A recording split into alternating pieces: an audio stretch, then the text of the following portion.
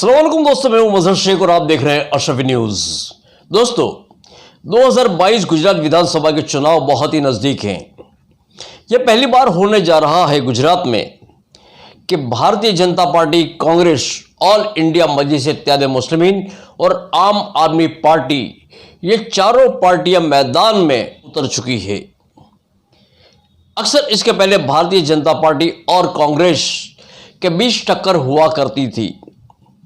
इस बात को लेकर कई लोगों का मानना यह भी है कि भारतीय जनता पार्टी पिछले 27 सालों से गुजरात में विकास के नाम पर सत्ता पर विराजमान है, लेकिन विकास के नाम पर विकास दिखाई नहीं दे रहा। ऐसे हालात में भारतीय जनता पार्टी को इस चुनाव में यह लग रहा है कि कहीं कांग्रेस उसे टक्कर ना दे दे। इस बात को लेकर उसने आम आदमी पार्टी को विकास का नया चोला पहनाकर गुजरात में उतारा है। दोस्तों, ये बात पहले से ही चर्चा का विषय बनी हुई थी कि आम आदमी पार्टी जो है वो भारतीय जनता पार्टी की बी टीम है, यानी कि भारतीय जनता पार्टी को सपोर्ट करने वाली टीम है कि जो कांग्रेस के वोट को तोड़कर भारतीय जनता पार्टी को जिता सके। यहां पर खासकर एक बात हम करें कि इस बात को हम अगर मान भी लेते हैं तो दूसरी बात एक सामने और भी आती है कि भारतीय जनता पार्टी के साथ आम आदमी पार्टी जिस तरीके से हिंदुत्व का दावा लेकर चल रही है, इस बात को क्या समझा जाए। आज के मुसलमानों में भारतीय जनता पार्टी से ज्यादा आम आदमी पार्टी का डर क्यों है? क्योंकि केजरीवाल के कई वीडियो आपने देखे होंगे, कई भाषण आपने सुने होंगे कि जिसमें केजरीवाल ने कहा है कि मैं आरएसएस से जुड़ा हुआ हूं, मेरी फैमिली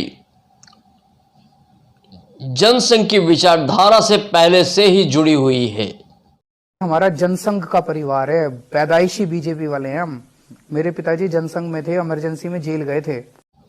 दोस्तों, इस बात को क्या समझा जाए, विकास या हिंदुत्व की राजनीति?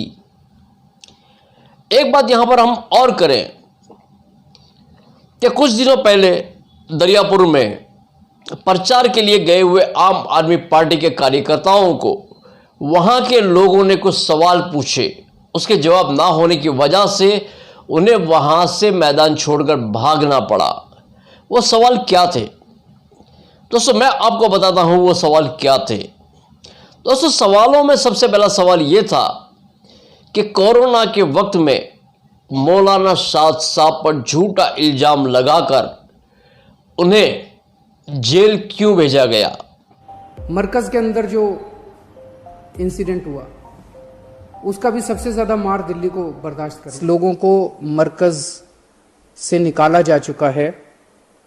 उन 1548 में से 441 सिम्टोमेटिक थे कि टाइम चल रहा है, लेकिन कहीं हम नहीं देखते कि लोग इकट्ठे हो रहे हैं। नहीं तो इस टाइम में मंदिरों में कितने लोग इकट्ठे हुआ करते थे। गुरुद्वारे सारे बंद कर दिए गए हैं, वेटिकन सिटी खाली हो गया। ऐसे में इस तरह की इतनी बड़ी गैदरिंग करना बिल्कुल गलत था। इस मामले में कल शाम को ही दिल्ली सरकार ने एलजी साहब को लिखा था कि इस मामले में एफआईआर दर्ज की जाए। मुझे पूरी उम्मीद है कि एलजी साहब तुरंत जल्द इस पे आदेश दे देंगे। और केजरीवाल ने यह काम किया था। क्या केजरीवाल का उस वक्त यह फर्ज नहीं बनता था कि उन लोगों को, जब केजरीवाल के पास मदद मांगी गई तो उस वक्त उन लोगों को वहां से बाहर निकालने में वो मदद करते? लेकिन नहीं, केजरीवाल किस विचारधारा को लेकर चलते हैं, बात तो विकास की करते हैं, लेकिन कभी वो मुसलमानों के हक के लिए नहीं बोले। बात हम शाहीन बाग की करें तो शाहीन बाग में जो अत्याचार हुए, वहां पर जो बहनें बैठी हुई थी, उनके हाथ में तिरंगे झंडे थे, कलामे पाक थे और साथ ही संविधान था, लेकिन वहां पर भी दंगे हुए। उन दंगों में क्या किया गया? किसको पकड़ा गया। बात हम करें जहांगीरपुरी की, तो जहांगीरपुरी में बुलडोजर चलाए गए। क्यों केजरीवाल खामोश रहे जब जंतर मंतर पर एक संप्रदाय को अभद्र भाषा में बहुत कुछ कहा गया? केजरीवाल चुपचाप सुनते रहे। क्यों एक शब्द वहां इनके मुंह से नहीं निकला? दोस्तों, इसी तरीके से हैं गुजरात में भी फिलहाल काफ़ी हादसे बन चुके हैं, लेकिन उस पर भी केजरीवाल की खामोशी है।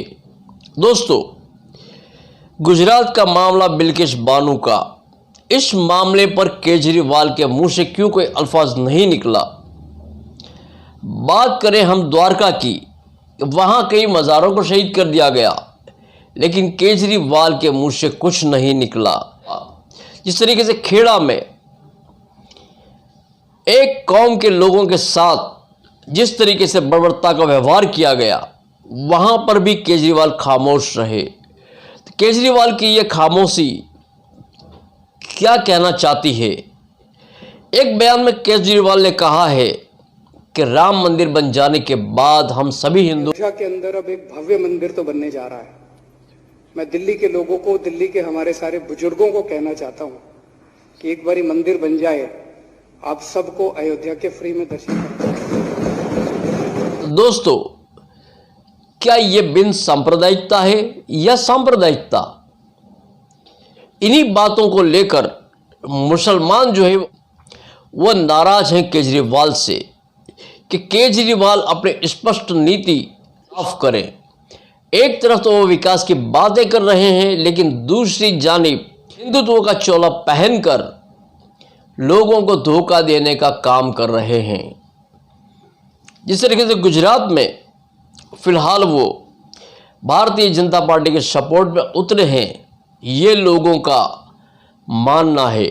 आप हमने ભાજપને ચૂંટણી જીતાડવા માટે આવી રહ્યું કે ભાજપ સરકારમાં નથી આવવાનું, आप हमारी भारतीय जनता पार्टी ने मेजोरिटी लावा માટે आई। दोस्तों, आने वाले चुनाव में देखते हैं कि आम आदमी पार्टी के केजरीवाल क्या भारतीय जनता पार्टी की मदद कर पाते हैं या नहीं, क्योंकि 27 सालों में भारतीय जनता पार्टी ने कोई विकास नहीं किया। इस पर हम आपको कुछ वीडियो भी दोस्तों सुनाना चाहेंगे केजरीवाल की बात पर कि केजरीवाल ने क्या किया और कई लोग उनसे क्या कहना चाहते हैं। अरविंद केजरीवाल जी दिल्ली में चुने हुए मुख्यमंत्री हैं, और जब दिल्ली में बुलडोजर चलता है, जब दिल्ली में दंगे होते हैं, जब जंतर मंतर पे काटो काटो का नारा लगाया जाता है, या अब जब दिल्ली में दिल्ली के सांसद एक पर्टिकुलर समुदाय के खिलाफ जहर उगल रहे हैं, तो अरविंद केजरीवाल जी मौन व्रत धारण कर लेते हैं, एक शब्द नहीं बोलते हैं। तो दोस्तों, देखते हैं आने वाले दिनों में चुनावी नतीजे आएंगे, उस वक्त क्या होगा। लेकिन इससे पहले केजरीवाल को अपनी विचारधारा स्पष्ट करनी होगी कि वो किन चीज़ों को लेकर, वो किन बातों को लेकर चलते हैं। इसके पहले भी एक बात कही गई थी कि केजरीवाल की सभा में दाढ़ी टोपी वालों को दूर रखा गया था। यह कौन सी बिन सांप्रदायिकता है? क्या विकास में इन बातों को शामिल किया जाता है? विकास के मुद्दे से दाढ़ी टोपी का क्या लेना देना? यह सवाल करना चाहेंगे हम केजरीवाल जी से। सवाल बहुत हैं, लेकिन इन सब बातों का जवाब देना होगा केजरीवाल को।